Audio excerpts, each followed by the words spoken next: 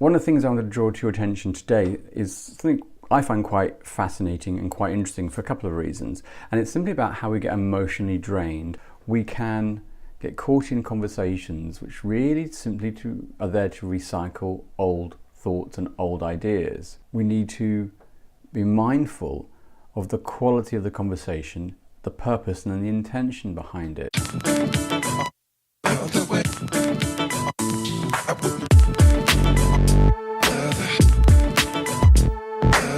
I've had a number of talks with people about how when they've heard people discussing some anxieties, some worries, discussing old relationships and the pains involved in there, they can spend a long time listening to people rotating that conversation, getting involved in what had happened and what should happen and the pain. And while there is an appropriateness for expressing that kind of feeling, and you'll know when this will be the difference, when there's a point where we are rehashing, recycling the same story, the same conversation, where we're not moving forward, the person we're hearing is simply going through the same kind of motions, I think it's really mindful to be able to take a step back and just become aware of what's going on, or at least become inquisitive to it, to become curious. It's really important that either we can ask them better questions or we take some time out to notice, well, what's actually really going on here? What's the purpose? What's the benefit? What's the intention behind this conversation I'm having? As a listener, we can get brought into these conversations, and it can be like, the expression is emotional vampire, and maybe that resonates with you, but I think it's quite apt in this particular scenario. Just be mindful that we can get caught into conversations which are just draining our time and attention, our engagement, but only are simply recycling the problem for the other person. Maybe that just means taking some time out. Maybe that's not engaging as much. I'm not looking to suggest cutting people out of your life. It's about just noticing when it's the intention, what's it serving? Why are we returning to the same conversation and not actioning anything?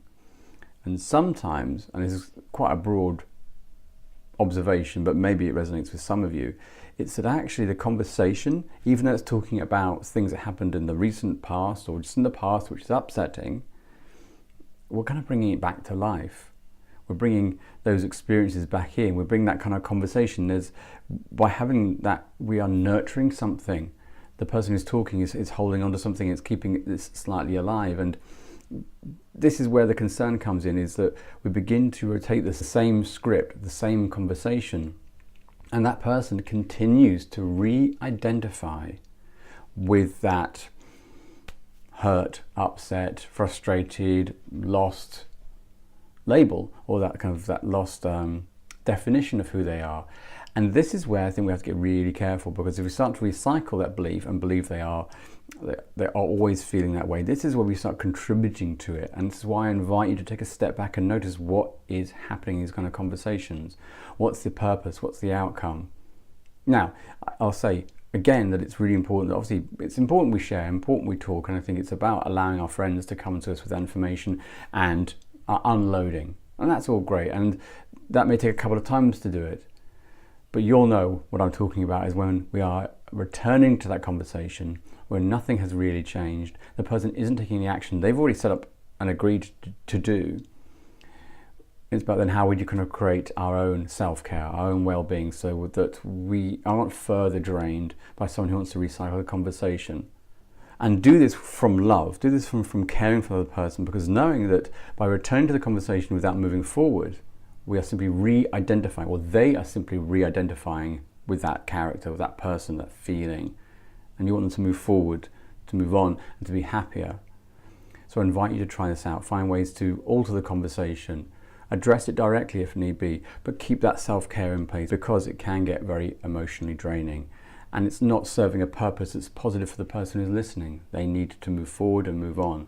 So keep that in mind next time you're having those kind of conversations, and see how it goes for you. I hope you find that useful, because I know these kind of conversations are quite difficult, and I hope you find it kind of beneficial, because when we get in these kind of loops, we feel guilt by ignoring that person and not engaging as much as we were. Hopefully I've given insight, a way of seeing it, which maybe is more useful for you and actually serves the purpose of helping them more. So I'll leave that with you, and I'll catch you next time.